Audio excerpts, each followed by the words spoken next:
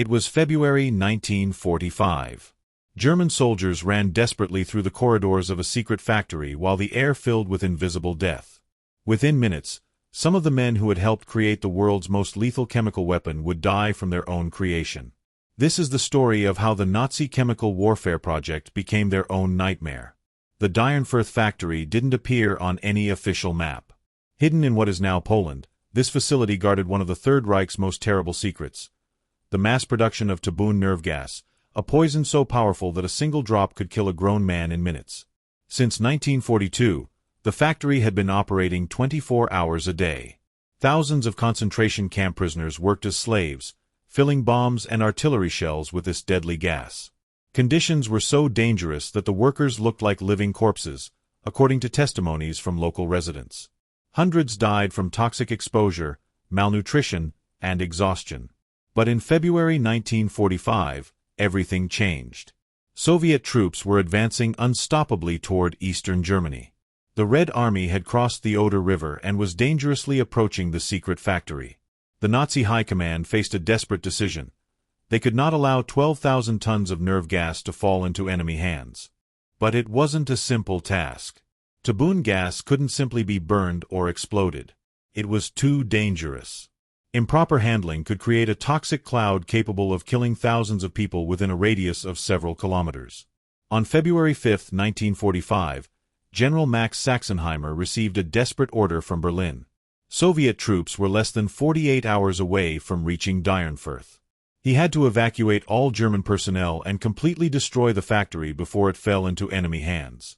It was a race against time. Sachsenheimer assembled a battalion of experienced soldiers and chemical technicians.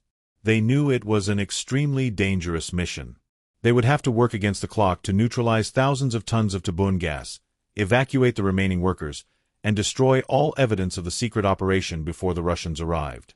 The operation began immediately. German soldiers and chemical technicians raced against time in the final days before the Soviet arrival. The cold February made the work even more difficult, but temperature wasn't their biggest concern. They knew that within hours they would be handling one of the most lethal substances ever created by man. The Germans began the emergency evacuation while simultaneously initiating the destruction process. But now came the hardest part: neutralizing the Tabun gas. German chemical engineers had designed a process to neutralize Tabun gas, but they had never tested it on this scale and under such time pressure. It was uncharted territory, even for them. The soldiers began opening the storage tanks. Tabun gas was colorless and odorless, but its effect was devastating. It attacked the nervous system, causing convulsions, paralysis, and death by asphyxiation. Even with gas masks and protective suits, the men knew they were playing with fire. While working against time, something went terribly wrong. The protective equipment wasn't sufficient to handle such quantities of nerve gas. The first victims were the soldiers working directly with the storage tanks. Their companions saw them collapse without warning. The symptoms of Tabun poisoning were horrible. First came violent convulsions, then total loss of muscular control. The men couldn't breathe, couldn't speak, they could only agonize while their own nervous system killed them from within. Panic spread through the factory. Some soldiers tried to flee, but it was too late. The invisible gas had already contaminated wide areas of the installation. Those who ran only accelerated their own death, as intense exercise made them inhale more toxins. The commanding officers faced an impossible decision. They could abandon the mission and allow the gas to fall into Soviet hands, or continue with the destruction knowing that more men would die. They chose to continue. The order was clear: destroy everything, regardless of the cost. During the following hours, the Dyhernfurth factory became a chemical hell.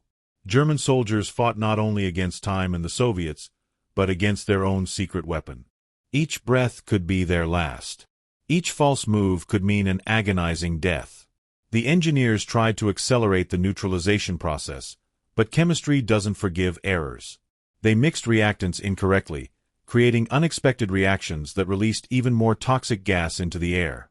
The factory, which had once been the pride of German chemical industry, became a death trap for its own creators. The Soviet troops, seeing the strange clouds emerging from the factory, decided to keep their distance. They had heard rumors about German chemical weapons, but had never seen their effects firsthand. What they witnessed that night would mark them forever. Meanwhile, inside the factory, German soldiers continued dying one by one. Some tried to use the ventilation systems to escape the gas, but only managed to spread it further. Others took refuge in areas they believed were safe, only to discover that Tabun had arrived there first. General Sachsenheimer, seeing that the situation had gotten out of control, made the most difficult decision of his military career. He ordered the survivors to abandon the factory immediately.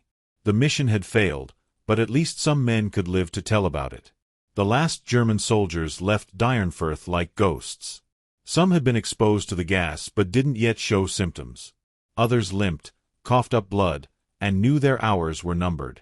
Tabun doesn't forgive. Once it enters the body, there's no turning back. In total, dozens of German soldiers died that night from their own chemical weapon. Men who had spent years perfecting the production process, who knew every detail about Tabun gas, who had supervised its manufacture, ended up being its final victims. The irony was cruel but evident. For years, the Nazis had used prisoners as guinea pigs to test their chemical weapons. They had forced thousands of people to work under deadly conditions to produce these substances. Now, in the final days of the war, the weapon had turned against its creators. The Soviets finally took control of what remained of the Dyhernfurth factory. The German operation had managed to destroy most of the Tabun gas, but they found something even more valuable: sophisticated production equipment, secret chemical formulas, and documents that revealed the true scale of the Nazi chemical weapons program. They also found the bodies of German soldiers, silent evidence of what had occurred that fateful night. But the story didn't end there. Soviet engineers dismantled the entire factory piece by piece and reconstructed it in Stalingrad. They used the captured German knowledge to develop their own chemical weapons program, which would eventually surpass what the Nazis had managed to create. Years later, when secret war documents were revealed, the world learned about the true magnitude of the Nazi chemical weapons program. The Dyhernfurth factory had produced enough Tabun gas to kill millions of people.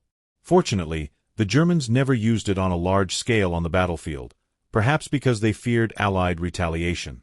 Military experts have debated for decades why Hitler didn't use his chemical weapons, especially when the war was clearly lost. Some suggest it was because he himself had been a victim of mustard gas in World War I. Others believe he feared that the Allies would respond with their own chemical weapons. The truth is that Tabun gas was so dangerous that even its creators couldn't completely control it. The Dyhernfurth tragedy demonstrated that these weapons don't distinguish between friends and enemies. Once released, they kill indiscriminately. The soldiers who died in Dyhernfurth that February night became an involuntary symbol of the futility of weapons of mass destruction.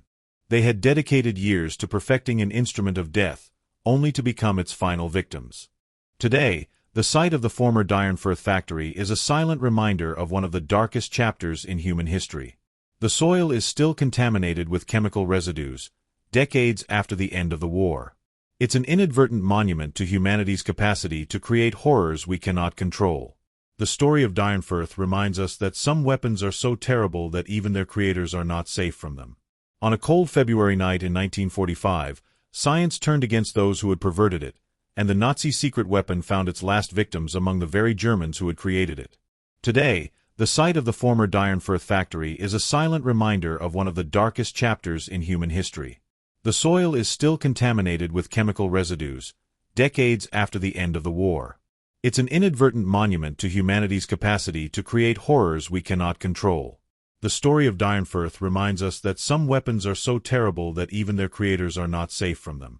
On a cold February night in 1945, science turned against those who had perverted it, and the Nazi secret weapon found its last victims among the very Germans who had created it.